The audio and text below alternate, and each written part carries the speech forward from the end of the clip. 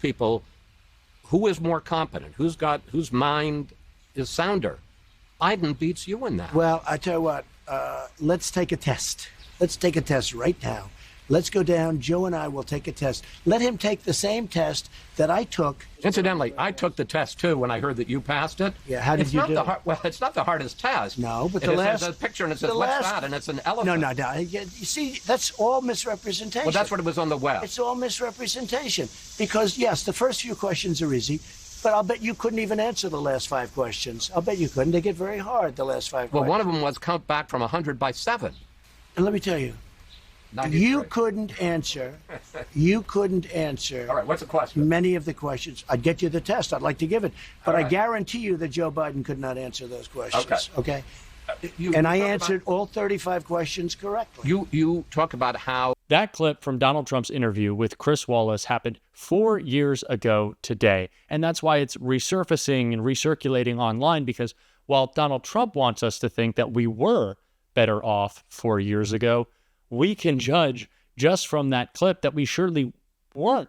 While there was a COVID-19 pandemic raging that Donald Trump was completely mismanaging, he was worried about bragging that he could identify an elephant on a cognitive exam. This is the place that we were in because of Donald Trump's complete failures as president and his diagnosable narcissism and his complete cognitive decline.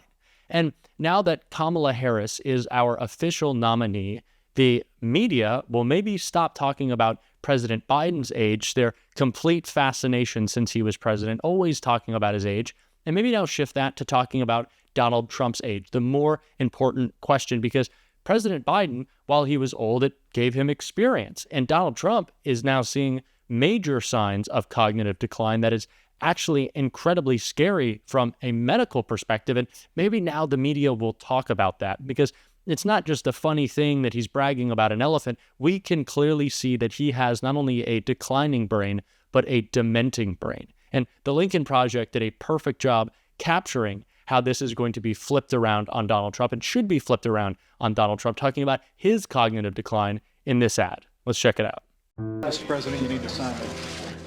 Old, outdated, retire, elderly, aging, senile, dementia, slow, confused, idiot, ignorant, sleepy, gaff, bumbling, bad, terrible, disappointing, joke, profanity. Being corrupt is bad.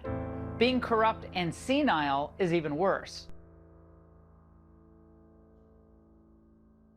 And that ad perfectly shows what should happen with the media narrative now. Donald Trump is by far the oldest person to run for president, and by far the oldest person running for president in this race, the oldest person to ever accept the nomination of a major party for president. And again, while age isn't necessarily a bad thing if it means experience and statesmanship, that is not the case with Donald Trump.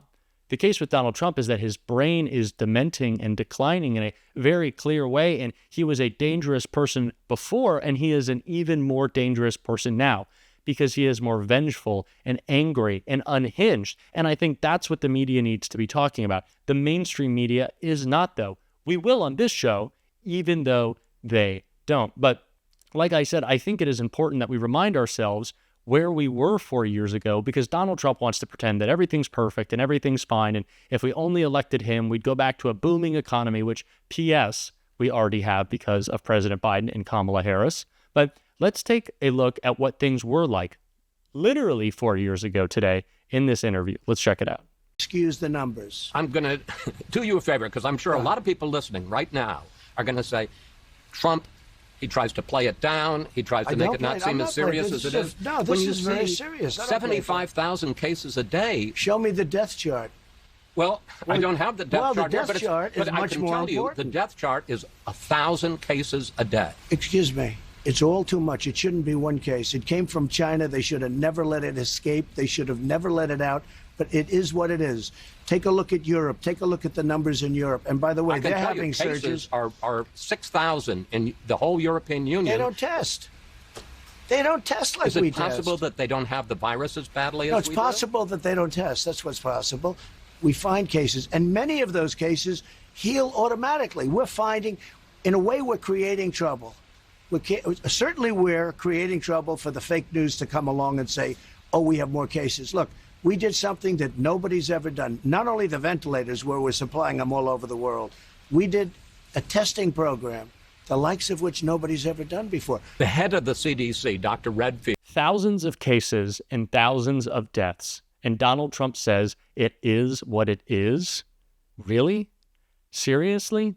Who wants this guy as their leader again? Someone without empathy, someone without the ability to govern or fix a problem? Who would possibly vote for this person again? Wouldn't we want someone who is the exact opposite of Donald Trump? Someone who, instead of being a failure as president, was a successful vice president. You may see where I'm going with this. Someone who is not a criminal, but a prosecutor. Someone who is not a complete narcissist and selfish, but someone who has dedicated their life to public service. I hope you see where I'm going with this. Yes, we want the anti-Trump, and the anti-Trump is Vice President Kamala Harris. And I think that argument is perfectly summed up in this ad from 2020. Let's check it out. Sick of this? Well, think about this. He's a world leader in temper tantrums. She never loses her cool. She prosecuted sex predators. He is one. Grab him by the... She shut down for-profit colleges that swindled Americans. He was a for-profit college. At Trump University, we teach success. Literally. He's owned by the big banks. She's the attorney general who beat the biggest banks in America and forced them to pay homeowners $18 billion. He's tearing us apart. She'll bring us together. This is Trump. And in every possible way, this is the anti-Trump. So if that's what you're looking for in your next president, there's really only one. Kamala. I love that ad, and I've played it a couple of times because I just think it perfectly lays out the stakes in this election. And I think that you should send it to anyone of your friends or your family who is maybe on the fence right now and with Kamala Harris being a new nominee, doesn't really know who she is. Show them that ad. Show them her past, her history, her successes. And of course, talk to them about the last 3.5 years and her incredible success as vice president. But this lays out the case. We know that we do not want to be stuck in the past of Donald Trump, mismanaging crises and every day focusing on his whims and unhinged rhetoric. No.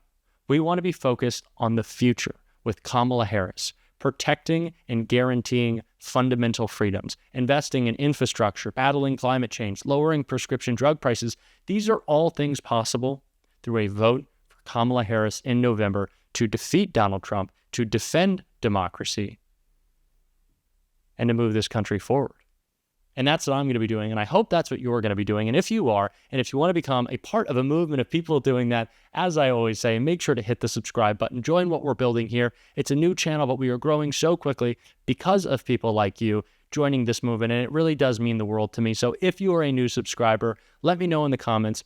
I would love to thank you. I always scroll through and make sure I say thank you to as many people as I can because your support means so much to me. And if you like this video, make sure to hit the thumbs up, hit that like button. It really helps boost these videos and continue to build out our audience and our community that is so positive and growing so quickly. It is so incredible, and I am really grateful for it. And until next time, I'll see you soon.